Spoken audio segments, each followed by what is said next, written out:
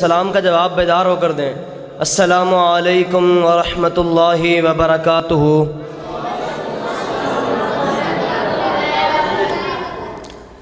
الحمد للہ الکبیر المتعال والصلاة والسلام علی نبی المصطفیٰ وعلی آلہ وصحابتہ الابرار ومن تبعهم بإحسان إلى يوم التناد۔ أما بعد، قال الله تبارك وتعالى في القرآن المجيد والفرقان الحميد: إن الذين تدعون من دون الله لن يخلقوا ذبابا، وقال النبي صلى الله عليه وسلم: من مات لا يشرك بالله شيئا دخل الجنة، ومن مات يشرك بالله شيئا دخل النار۔ وقال شاعر: تمہارے واسطے میں دعوت اسلام لایا ہوں، تمہارے واسطے میں دعوت اسلام لایا ہوں، جو ابراہیم لائے تھے وہی پیغام لایا ہوں، بتوں کی بندگی کے داغ سے آزاد ہو جاؤ، بتوں کی بندگی کے داغ سے آزاد ہو جاؤ، خدا کے دامن توحید میں آباد ہو جاؤ۔ حضرات ذوقار، آج میں جس موضوع پر آپ احباب سے گفتگو کرنا چاہتا ہوں وہ ایک ایسا موضوع ہے کہ جس موضوع کو بیان کرنے کے لیے دنیا کائنات کے اندر کم و بیش 1,24,000 پیغمبر تشریف لائے۔ حضرات، پھر اس موضوع کی تبلیغ کی خاطر، اس موضوع کی دعوت کی خاطر، اس موضوع کا چرچا عام کرنے کی خاطر ان پر پتھر برسائے گئے، ان کی راہوں میں کانٹے بچھائے گئے، ان کو وطن سے جلا وطن کر دیا گیا، ان کو گھر سے بے گھر کر دیا گیا، ان کو آروں سے چیرا گیا۔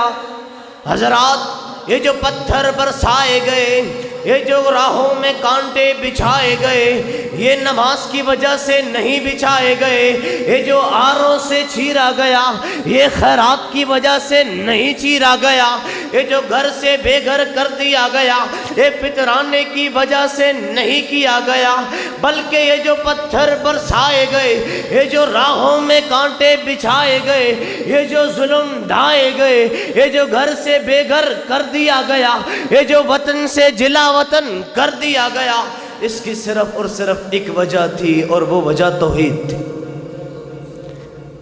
حضرات، یہ توحید کیا ہے؟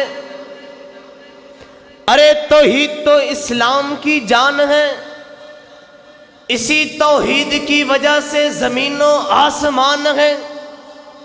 ارے یہ توحید ہی تو ہے کہ جس کی بدولت رب کائنات کل قیامت کے دن جنت کے سرٹیفکیٹ ادا کرے۔ حضرات، اب اس توحید کی اہمیت کیا ہے؟ اس توحید کا رتبہ کیا ہے؟ حضرات، انبیاء کا پیغام توحید، رسولوں کا پیغام توحید، پیغمبروں کا پیغام توحید، صحابہ کا پیغام توحید، تابعین کا پیغام توحید، تبع تابعین کا پیغام توحید، علماء کرام کا پیغام توحید، ہزار تورات کا پیغام توحید، انجیل کا عملی عنوان توحید، زبور کا نچوڑ توحید۔ ارے جب باری میرے رب کے قرآن کی آتی ہے، اس کتاب کی آتی ہے جو میرے پیغمبر کے سینہ اطہر پر نازل ہوئی، تو پھر میں اس کتاب کو کھول کر کے اپنے سامنے رکھ لیتا ہوں حضرات، پھر میں اس کی قرات پڑھنا شروع کر دیتا ہوں۔ میں سورہ بقرہ پڑھتا ہوں حضرات، مجھے اس میں توحید نظر آئی۔ جب باری سورہ آل عمران کی آئی تو مجھے اس میں توحید نظر آئی۔ جب باری سورہ مائدہ کی آئی تو مجھے اس میں توحید نظر آئی۔ جب باری سورہ انفال کی آئی تو مجھے اس میں توحید نظر آئی۔ جب باری سورہ اعراف کی آئی تو مجھے اس میں توحید نظر آئی۔ جب باری سورہ یونس کی آئی تو مجھے اس میں توحید نظر آئی۔ جب باری سورہ ہود کی آئی تو مجھے اس میں توحید نظر آئی۔ جب باری سورہ یوسف کی آئی تو مجھے اس میں توحید نظر آئی، حتیٰ کہ میں پڑھتا گیا، قرات کرتا گیا، تلاوت کرتا گیا، یوں کرتے کرتے سورہ مدثر آ گئی۔ حضرات مجھے اس مدثر سورت کے اندر بھی توحید نظر آئی، لیکن جب میں اس کی اختتام آیات کے اندر پہنچتا ہوں تو میری آنکھوں کے سامنے ایک آیت روشن ستارے کی طرح ابھر کے سامنے آ جاتی ہے۔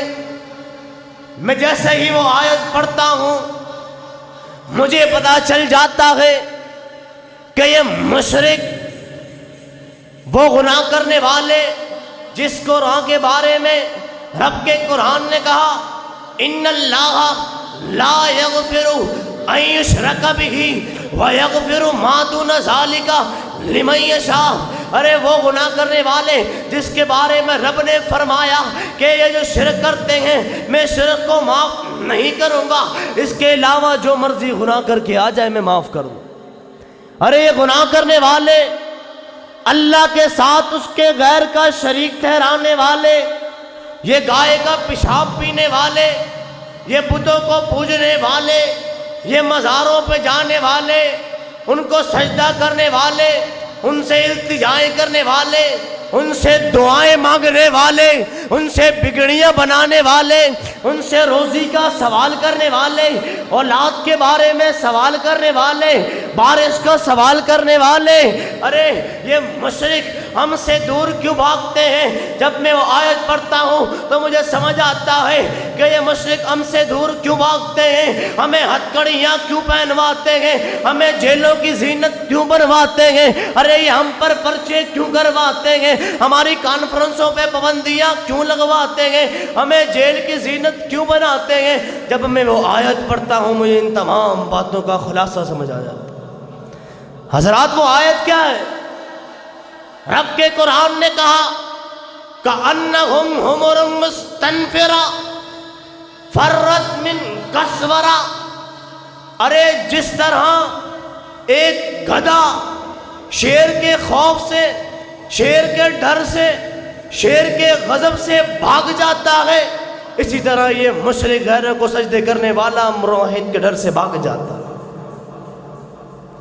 توحیدی کے ڈر سے بھاگ جاتا ہے، مزاروں پہ سجدے کرنے والا ایک موحد کے ڈر سے، اس کے خوف سے دور چلا جاتا ہے۔ حضرات اب جو میں یہ باتیں بیان کر رہا ہوں یہ میرے اسلاف نے بھی بیان کی، میرے نبیوں نے بھی بیان کی، میرے پیغمبروں نے بھی بیان کی، میرے رسولوں نے بھی بیان کی۔ پھر اس توحید کی خاطر، اس باتوں کی خاطر انہیں پھولوں کی مالا نہیں پہنائی گئی، ان کو پھولوں کے سیج پر نہیں بٹھایا گیا، بلکہ اس توحید کی خاطر ان کو طرح طرح کی تکلیفیں پہنچائی گئی۔ حضرات مجھے بھی پھولوں کی مالا نہیں پہنائی جائے گی، مجھے بھی سیج پر نہیں لٹایا جائے گا، مجھے بھی تکلیفیں پہنچائی جائیں گی۔ حضرات جب یہی پیغام آپ لوگ بھی لوگوں کو سنائیں گے تو آپ پر بھی ظلم کیے جائیں گے، آپ کو بھی گالیاں دی جائیں گی، آپ کو بھی برا بھلا کہا جائے گا، لوگ آپ کی جان کے دشمن بن جائیں گے، لیکن رب کعبہ کی قسم ہے آپ نے گھبرانا نہیں، آپ نے ڈرنا نہیں۔ کیوں؟ کیونکہ توحید کی خاطر مرنے میں وفا کا راز مضمر ہے، توحید کی خاطر مرنے میں بقا کا راز مضمر ہے۔ ارے جسے مرنا نہیں آتا اسے جینا نہیں آتا، جسے مرنا نہیں آتا اسے جینا نہیں آتا۔ حضرات ذوالفقار، اب اسی توحید کی وجہ سے رب کائنات نے عالم روا کے اندر ایک عہد لیا تھا،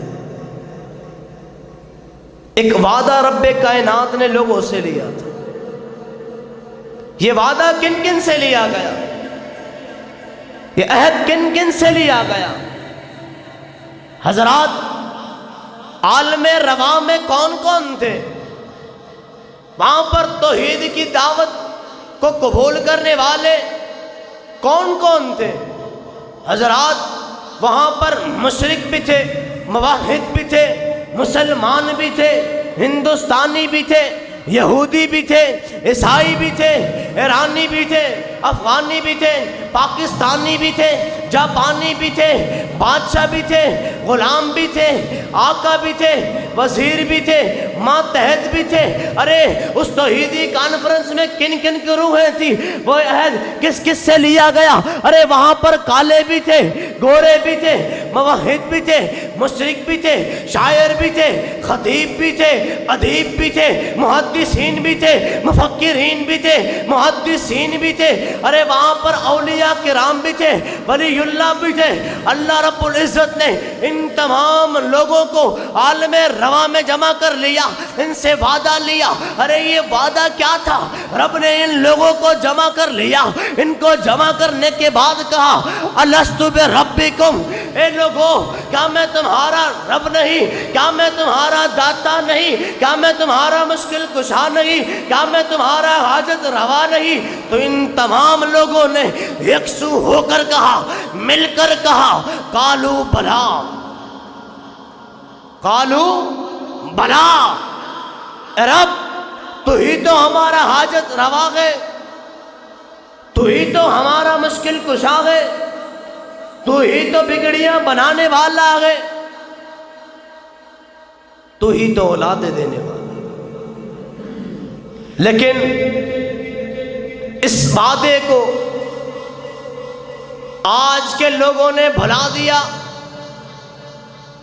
اس وعدے کو یہ لوگ بھول گئے۔ پھر اس وعدے کی یاد دہانی کے خاطر رب کائنات نے کم و بیش 1,24,000 پیغمبر بھیجے۔ حضرات، وہ انبیاء کیا کہا کرتے تھے؟ ان انبیاء کا پیغام کیا تھا؟ ارے ان انبیاء کی دعوت کیا تھی؟ ان انبیاء کا وعظ کیا تھا؟ ان انبیاء کی تکلیف کیا تھی؟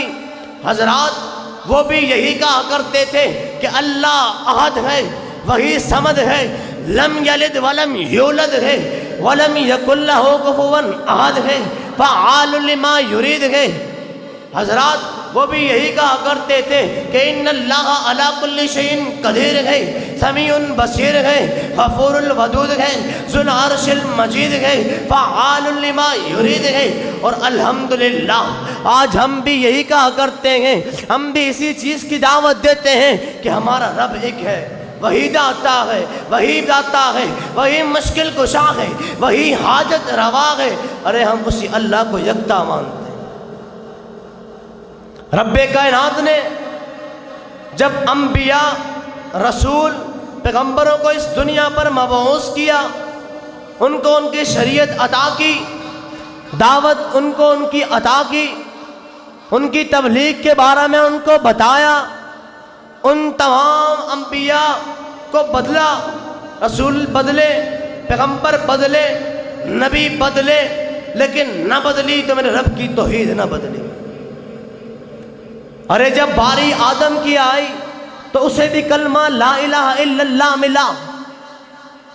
باری جب آدم کی آئی تو کلمہ لا الہ الا اللہ آدم رسول اللہ، جب باری نوح کی آئی تو کلمہ لا الہ الا اللہ، نوح رسول اللہ، باری موسیٰ کی آئی تو کلمہ لا الہ الا اللہ، موسیٰ کلیم اللہ، جب باری ابراہیم کی آئی تو دعوت نہ بدلی، پیغام نہ بدلا، باز نہ بدلا، ارے ٹاپک نہ بدلا، موضوع نہ بدلا، کلمہ وہی رہا، دعوت وہی رہی، تبلیغ وہی رہی، انبیاء بدلے، رسول بدلے، پیغمبر بدلے، ارے جب باری میرے اسماعیل کی آئی تو کلمہ نہ بدلا، کلمہ لا الہ الا اللہ، اسماعیل ذبیح اللہ، جب باری نوح کی آئی تو کلمہ نہ بدلا، کلمہ لا الہ الا اللہ، نوح رسول اللہ، جب باری لوط کی آئی تو کلمہ نہ بدلا، کلمہ لا الہ الا اللہ، نوح رسول اللہ، باری لوط کی آئی تو کلمہ لا الہ الا اللہ، لوط رسول اللہ، باری ہود کی آئی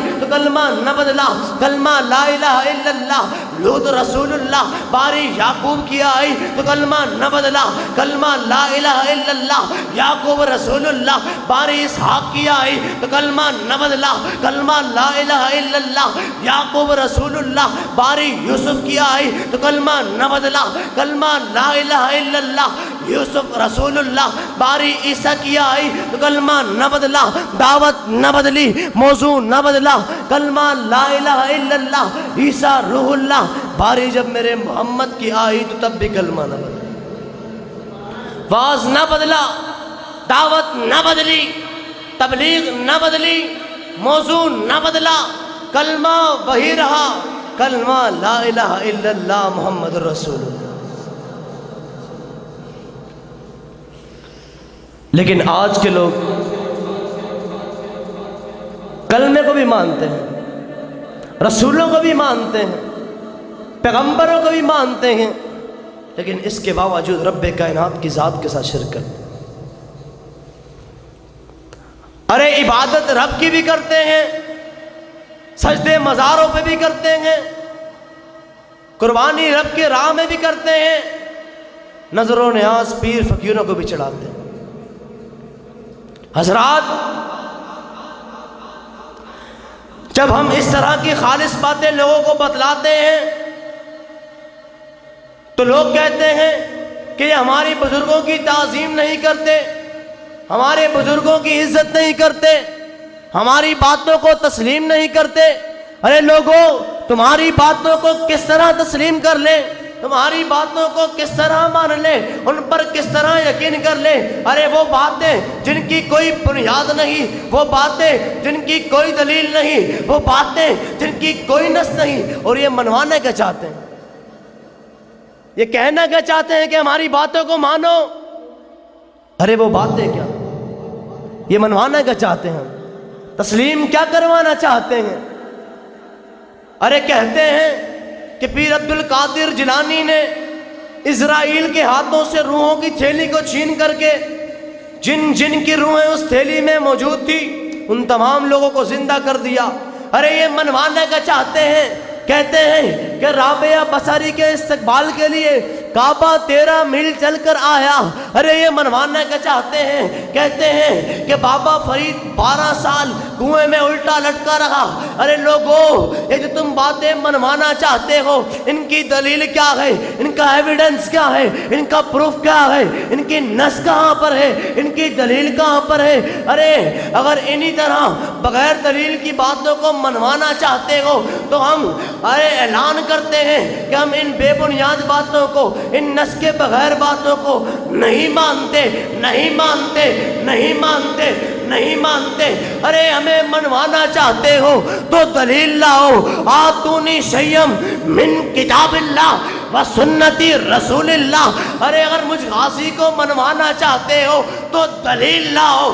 دلیل رب کے قرآن سے ہو یا مدینے والے کے فرمان سے، دلیل لاؤ، ثبوت لاؤ، پروف لاؤ، ایویڈنس لاؤ، نص لاؤ۔ دلیل لاؤ گے تو ہم مانیں، نہیں تو ہم نہیں مانتے۔ اعلان کرتے ہیں ان بے بنیاد باتوں کا ہم رد کر دیں گے۔ اگر کتاب و سنت سے کوئی بات لاؤ تو ہم اسے تسلیم کرتے ہیں، اپنے سینے سے لگاتے ہیں۔ لیکن بے بنیاد باتوں کو نہیں مانتے۔ حضرات، یہ ملک بہت ہی افسوس سے کہنا پڑ رہا ہے کہ یہ ملک جس کی بنیاد لا الہ الا اللہ پر رکھی گئی، جب اس ملک کے اندر لا الہ الا اللہ کے حقیقی معنی کو بیان کیا جاتا ہے تو بیان کرنے والے کو، حق کی بات کرنے والے کو جیلوں میں ڈال دیا جاتا ہے، انہیں ہتھکڑیاں پہنا دی جاتی ہیں۔ ارے ایسا کیوں ہے؟ لوگ ایسا کیوں کرتے ہیں جب ملک کی بنیاد ہی اس کلمے پر رکھی گئی، اس لا الہ الا اللہ پر رکھی گئی، تو اس کے معنی کو بیان کرنے والوں کو کیوں مارتے ہو؟ پابندیاں کیوں لگاتے ہو؟ انہیں کیوں ڈراتے ہو؟ حضرات، وقت کی قلت کی پیش نظر آخر میں انہی الفاظ پر اکتفا کروں گا کہ گرے گر غیر بت کی پوجا کرے، گر غیر بت کی پوجا تو کافر، گر ٹھہرائے بیٹا خدا کا تو کافر، کواکب میں مانے کرشمہ تو کافر، مگر مسلمانوں پر کشادہ ہے راہیں، پرستش کریں شوق سے جس کی چاہیں، نبی کو جو چاہیں خدا کر دکھائیں، اماموں کا رتبہ نبی سے بڑھائیں، مزاروں پہ جا جا کے نظریں چڑھائیں، شہیدوں سے جا جا کے مانگیں دعائیں، ان تمام عمل سے ان کی توحید میں خلل نہ آئے، نہ اسلام جائے نہ ایمان جائے، نہ اسلام جائے نہ ایمان جائے۔ اللہ رب العزت سے دعا گو ہوں کہ رب کائنات مجھے اور آپ احباب کو شرک جیسی ایک نحوست سے بچنے کی توفیق عطا فرمائے اور توحید کو اپنا کر اس پر عمل کرنے کی توفیق عطا فرمائے۔ ھذا ما عندی واللہ اعلم بالصواب، والسلام۔